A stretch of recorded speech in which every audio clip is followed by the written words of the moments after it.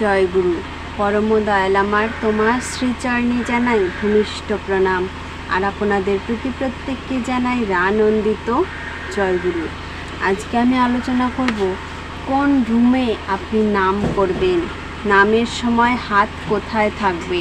আমরা অনেকে দীক্ষা নিয়েছি, অনেকে নতুন দীক্ষিত, অনেকেই অজানা যে কোন ঘরে বসে নাম করলে নামটা ভালো হয়, আর নামের সময় হাতটা ঠিক কোথায় রাখতে হয়, কিভাবে বসতে হয়, অনেকেরই অজানা। আজকে সেই নিয়ে আলোচনা করব, কারণ প্রতিদিন প্রচুর দীক্ষিত হচ্ছে, প্রচুর দীক্ষা নিচ্ছেন যারা কিছুই জানেন না, তাদের জন্য কিন্তু ভিডিওটি। আর যারা আগেও নিয়েছেন হয়তো জানেন না, ভুলে গেছেন, তাদের জন্য ভিডিওটি অবশ্যই সকলে মনোযোগ সহকারে শুনবেন। আর 4 বছরে কিন্তু পূর্ণতা লাভ করবেন যদি এইভাবে নাম করতে পারেন। তো কীভাবে নাম করতে হবে চলুন আজকে আমি বলে দিচ্ছি।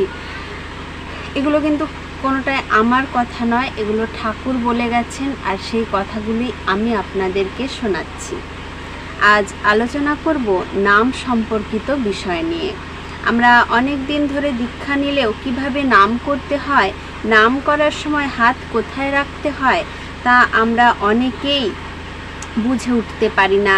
অনেকে নাম করার সময় শির দ্বারা সোজা করে নাম করে, আবার নাম করতে করতে পেট ভাঁজ করে নাম করে। যখনই আপনি নাম করবেন, আপনার যেভাবে বসলে আরাম বোধ হয় সেইভাবে বসেই আপনি নাম করবেন। শ্রী শ্রী ঠাকুর বলেছেন, নাম করার সময় আসলে আসন অবশ্যই গুরুত্বপূর্ণ। আসন কিন্তু অবশ্যই গুরুত্বপূর্ণ। আসন করে বসলে কিন্তু নাম ভালো হয়, কিন্তু যে আসনে আপনি স্বস্তি বোধ করবেন, ভালো বোধ করবেন, সেই আসন করে আপনি নাম করুন। কোন আসনে বসে আপনি নাম ধ্যান করবেন তার কোনো নির্দিষ্ট নিয়ম নেই, আপনি যে কোনো আসন করে নাম করতে পারেন।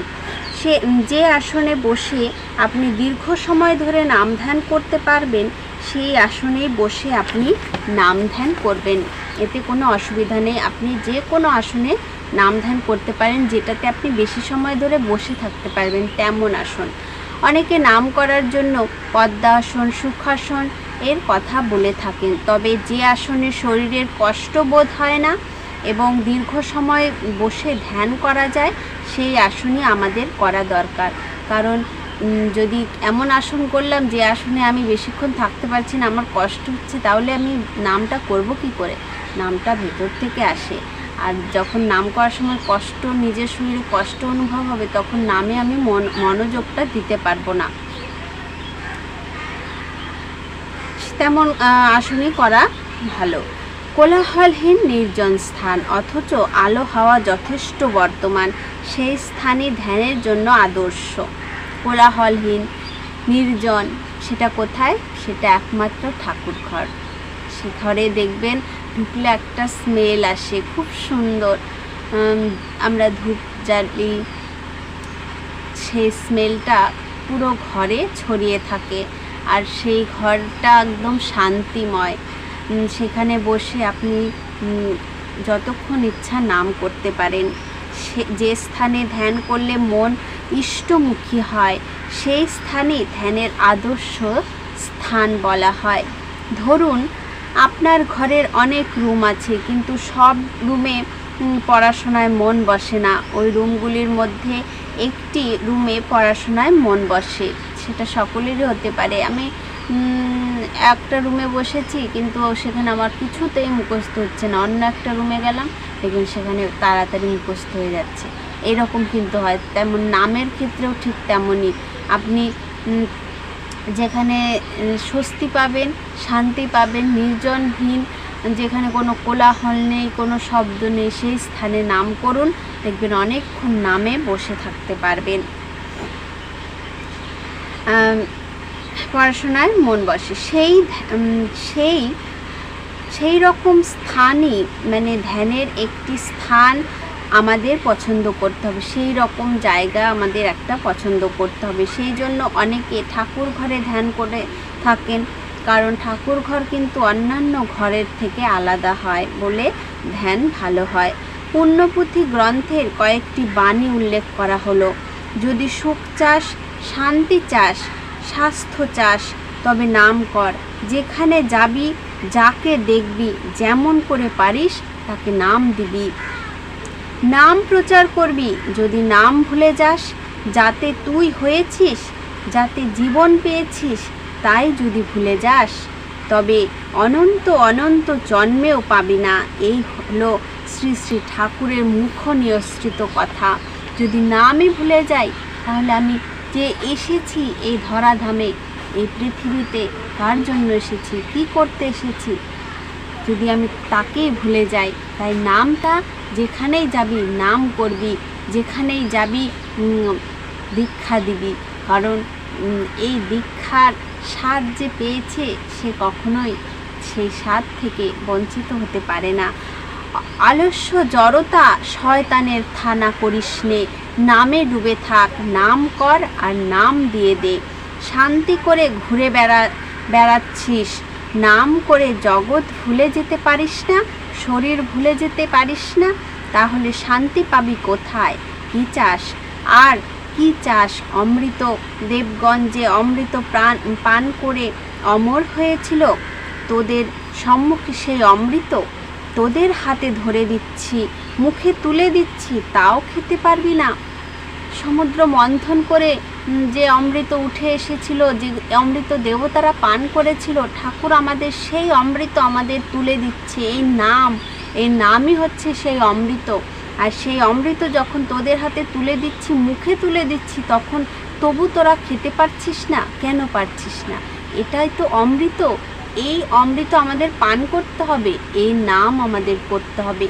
এই নাম করলে কিন্তু আমরা দীর্ঘায়ু হতে পারবো। ঠাকুর এটা নিজে মুখে বলে গেছেন। অহংকার করবি তোর নামে, নাম কর। হনুমানের মতো বক্ষ বিতরণ করে দেখাবি নাম, তোর মুখ বন্ধ হবে না, চিন্তা শক্তির লাঘব হবে, কার্যের ব্যাঘাত হবে না। অন্তরে নাম করে যা, সব দিতে পারবি। অনন্ত ব্রহ্মাণ্ডলয় করে দিতে পারিস। তার একমাত্র উপায় হচ্ছে নাম। নামই হচ্ছে সব। শির দ্বারা সোজা করে হাত দুটি ঘুরিয়ে মাজার উপর রাখ।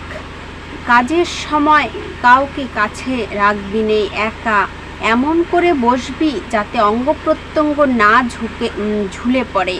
একটা ঘুমের অবস্থা আসবে, সেটা করিস নে। তন্দ্রার মতো তাতে হাত পা গলে পড়বে না। অন্যরকম স্মৃতি কিছু আসতে দিস না, তাহলে কিন্তু তাড়িয়ে দিবি যদি অন্য কোনো স্মৃতি আসে। 3 বেলা প্রত্যেকবার 1 ঘন্টা থেকে 1.5 ঘন্টা নাম অনবরত জপ করতে হবে। 4 থেকে 6 বছরের ভিতরে পূর্ণতা অবশ্যই পাবে। তাহলে নাম করব, তো নামের সময় হাতটা কোথায় রাখবো? এই যে আমি শিরদাঁড়াটা সোজা করলাম, এইভাবে করে হাতটাকে আমি পেটের এখানে রাখবো। রেখে এই শিরদাঁড়াটাকে সোজা করে চোখ বন্ধ করে একদম স্ট্রেট, যাতে আমার কোমরটা এরকম ঝুঁকে না পড়ে। যেমন নাম করতে করতে অনেকে এইরকম ধীরে ধীরে ঝুঁকে পড়ে, তেমনটা যেন না হয়। একদম শিরদাঁড়াকে স্ট্রেট রেখে, সোজা রেখে, আমাকে চোখ বন্ধ করে আমি শুধু যে চক্র ছবির যে ছবিটি আছে, সেই ছবিটি আমাদের আজ্ঞা চক্রে এখানে আনতে হবে। এখানে এনে নামটাকে করতে হবে। প্রথমে 5 মিনিট থেকে শুরু করুন, 5, 10, 15 এরকম করতে করতে ধীরে ধীরে বাড়ান। পরে দেখবেন 1-2 ঘন্টাও অনবরত করতে পারছেন। তখন দেখবেন কোথা দিয়ে সময় পার হয়ে গেল আপনি টেরই পেলেন না। কারণ এমন একটা তন্দ্রার মধ্যে আপনি থাকবেন তখন, যে সেটা কি করে টাইম পার হয়ে যায় সেটা কিন্তু বোঝাই যাবে না। পুণ্যচত্বরী দিবসের বাণী। খাবি দাবি আর ফুর্তি করে নাম করবি। ঘরে যদি কাজ না থাকে, তবে পরের কাজ করবি। থুতু ফেলে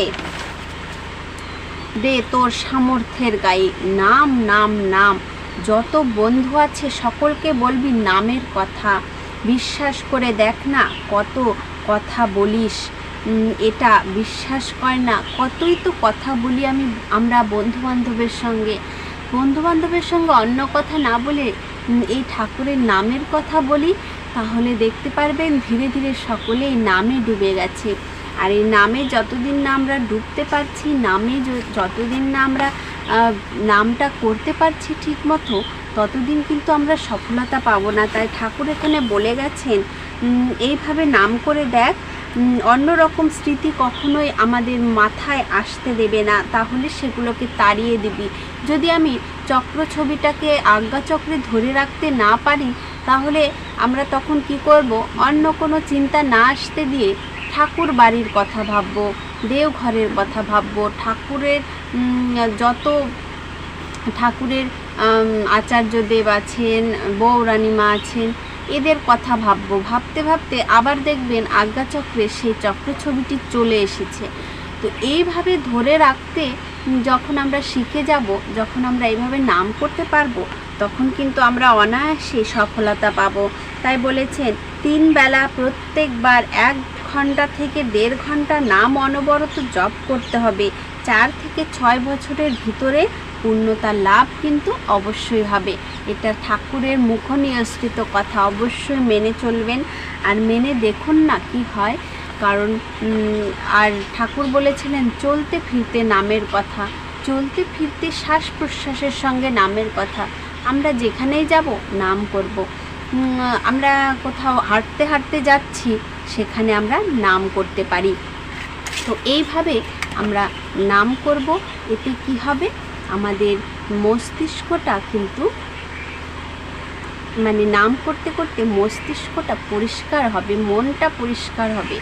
আর যখন আমরা এটা করতে পারবো, আমাদের এনার্জিটাও ফিরে আসবে, আমরা সফলতা কিন্তু অবশ্যই পাবো। আজকের আলোচনা প্রসঙ্গ এই পর্যন্তই। আবারও আসবো নতুন কোনো আলোচনা নিয়ে। আপনারা সকলে ভালো থাকবেন, সুস্থ থাকবেন। জয় গুরু।